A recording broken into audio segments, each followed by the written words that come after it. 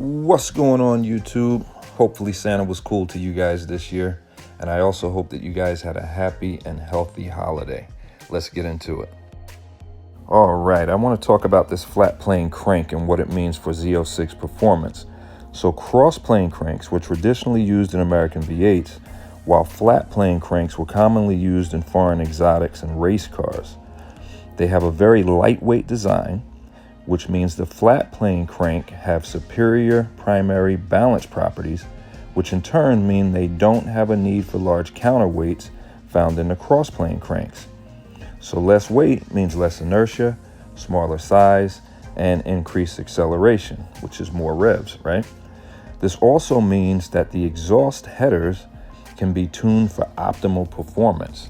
So it seems as if with a flat plane crank, you have a lot more flexibility for performance to get more output from the engine. And according to Corvette chief engineer Josh Holder, the cross-plane configuration requires a firing order where two cylinders on the same side fire consecutively during a cycle and breathe through the same intake, which creates suboptimal airflow. With the flat plane crank, the firing order always alternates bank to bank, which allows the pistons to pull in air with less resistance and the engine to spin faster to produce more power. This is starting to make sense.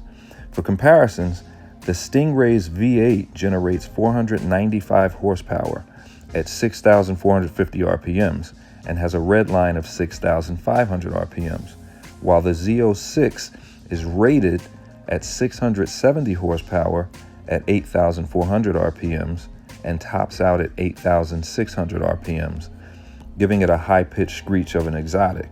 That's the sound that we hear because it actually revs a lot higher, so it creates that higher pitch, cranky, pinny sound, okay?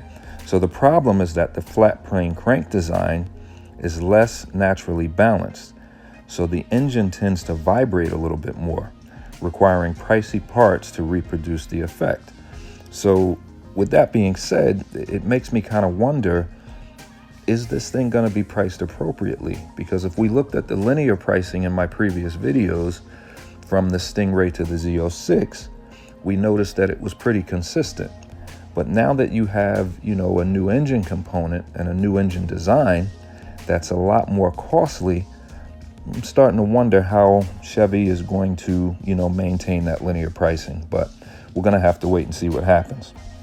So to keep vibration forces, shaking forces down in a flat plane crank, you need to make the reciprocating mass as light as possible.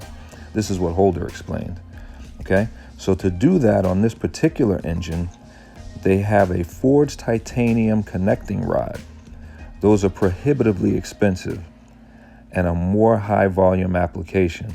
So again, even Holder said it. This is one of the engineers at GM. It's prohibitively more expensive. So again, I'm starting to question how they're going to be able to maintain that linear pricing. So again, I guess we're just going to have to wait and see. All right, now unlike the 2-valve pushrod V8 and the Stingray, the Z06 engine features dual overhead camshafts with 4 valves per cylinder for only the second time in a Corvette engine. An over-square short stroke design maximizes the amount of area for the valve openings while reducing piston speeds, which enables high RPMs running while variable valve timing and direct fuel injection further optimizes its operation. Sounds complicated. It's still not as smooth or quiet as a cross-plane crank V8, but Holder said that's the opposite of what customers want in a visceral car like the Z06 that's meant to evoke the experience of driving a Chevrolet Corvette C8R race car that has the same size and type engine.